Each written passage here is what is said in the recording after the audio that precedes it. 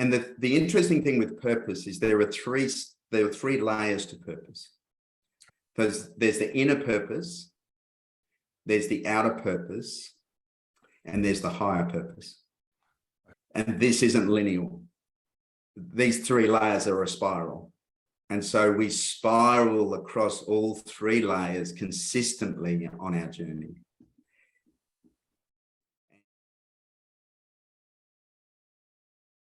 And so the inner purpose, again, remembering it's a spiral, yet, so the hero's journey, so the young man goes on his quest.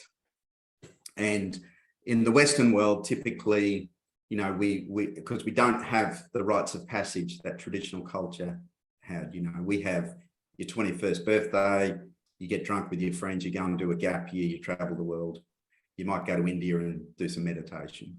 Yeah, that's kind of, you know, that's probably risky these days, you know. It's like, but the quest, because essentially the collective driver in the hero's journey, the archetypal driver is we're looking for the Holy Grail. Yeah, remember the key driver for the masculine is freedom. The key driver for the feminine is connection and love. So the young man is looking for freedom, but he's looking outside himself. He's looking for the grail in India. He's looking for the grail in relationships. He's looking for the grail in nightclubs, maybe, you know, whatever it might be. Somewhere I'm going to find this thing. But there comes a point on the hero's journey where he realizes that the Holy Grail was on the bedside table all along. It's within us. And that's the inner purpose journey. And most people start to inquire, but the rigor to keep inquiring in this spiral is essential if you want to be fulfilled with your outer purpose, if you really want to touch your highest purpose. You've got to be willing to continue the inner journey, the inner purpose to the grail. And a big part of the inner work that most of us are doing, is to acknowledge, to recalibrate, to discover, to get to know all of us, all of ourselves, you know, to really love and accept all of us, you know, the shadow work, which is becoming, again, much more a conversation, you know, the willingness to do the shadow work, the willingness to recalibrate any trauma. And if the question of purpose is coming up for you and you're not doing the inner journey, then you're missing out on what you're looking for with purpose. You know, the classic question around outer purpose is people say, why don't you just do what brings you joy? The more powerful question, I think, is why don't you bring joy to what you do? And this is how purpose reveals itself, outer purpose. It's the same with passion. You know, there's a lot of conversations around passion. Why don't you just do what you're passionate about? Well, there's an aspect of that, particularly as men. Yeah, you know, particularly if you are in a corporate or you've got commitments to your family, you know, it is important to bring certain passionate things into your life. But instead of looking and, you know, do what brings you passion, bring passion to what you do. And a lot of people are closer to that than they think. Because two things. One is, at the deepest level, we're always on purpose. Wherever you are right now is exactly where you need to be.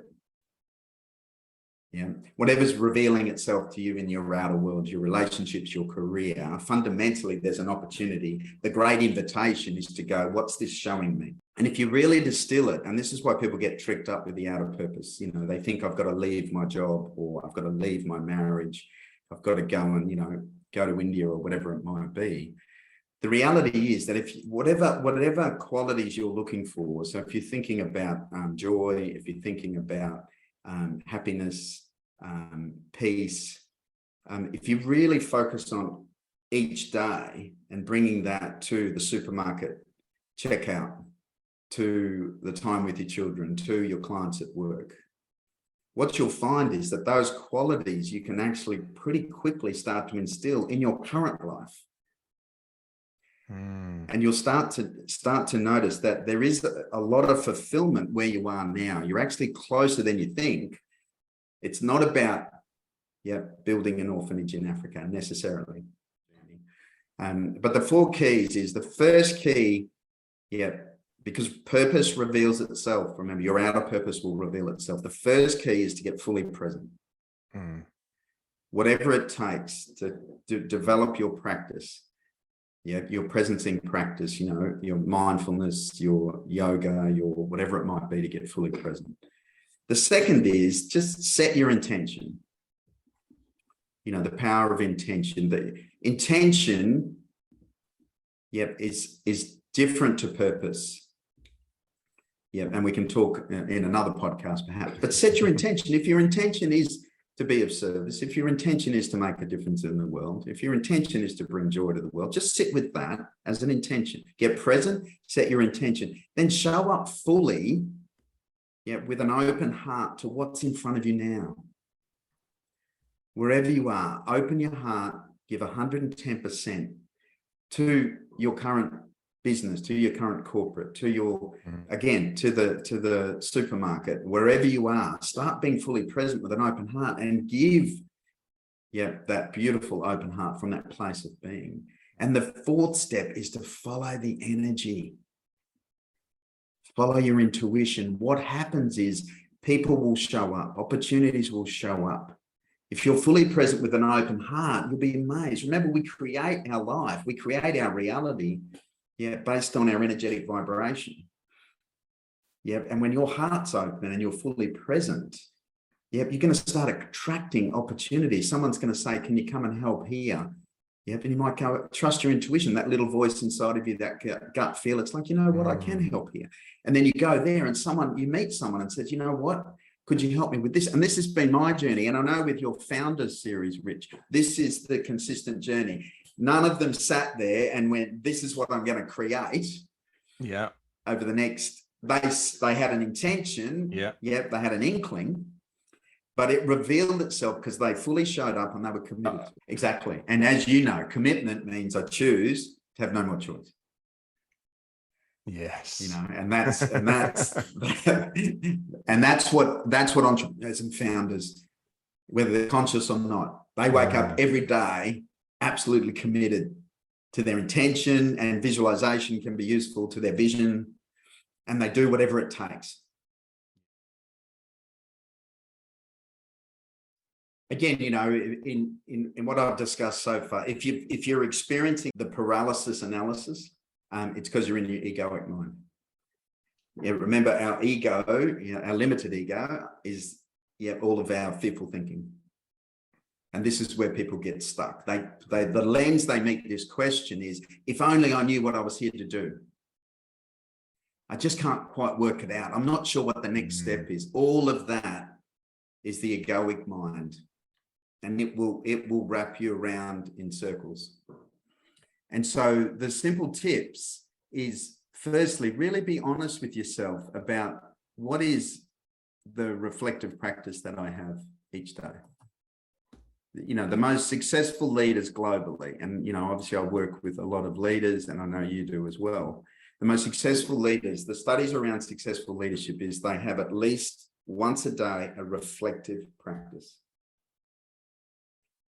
Now, reflective can be meditation, can be contemplation, can be prayer. It's not going to the gym.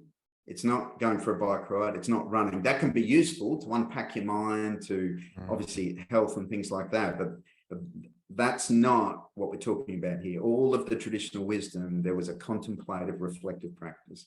And for most of us, that's a form of meditation. And again, the studies globally around effective leaders. And so the first tip I would suggest is for people to really be honest with themselves. How much time do I spend each day reflecting and getting to know myself? Because if you don't know yourself and you don't love yourself, nothing outside of you is going to bring what you're looking for. And you can have every reason not to do the inner work, and your egoic mind will come up with lots.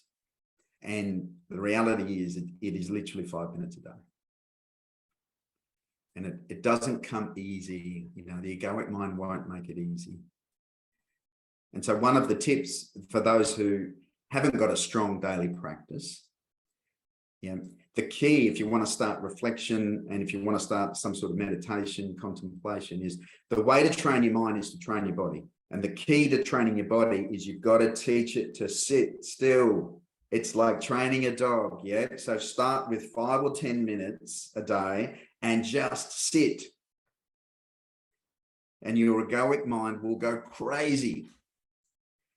You'll be going, I've got to reach for my phone, or I've got to, yeah. And if you train your body to sit and start to notice that rampant wild horses, the monkey mind, if you can do that, you will start to create a different relationship with yourself.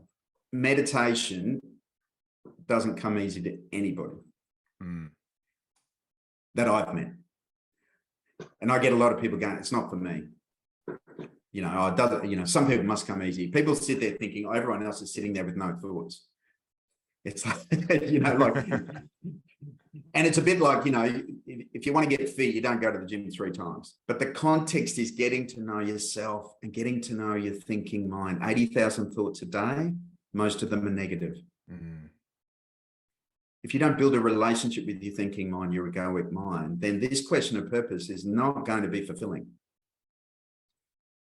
Because it's still going to be through the lens of this thinking mind, which is the egoic mind. The way the egoic mind looks at the world is through the lens of deficiency,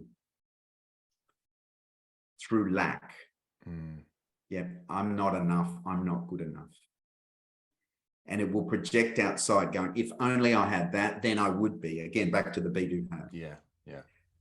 So any of those questions people are asking is just know at some level it will be through the egoic lens, the unhealthy ego.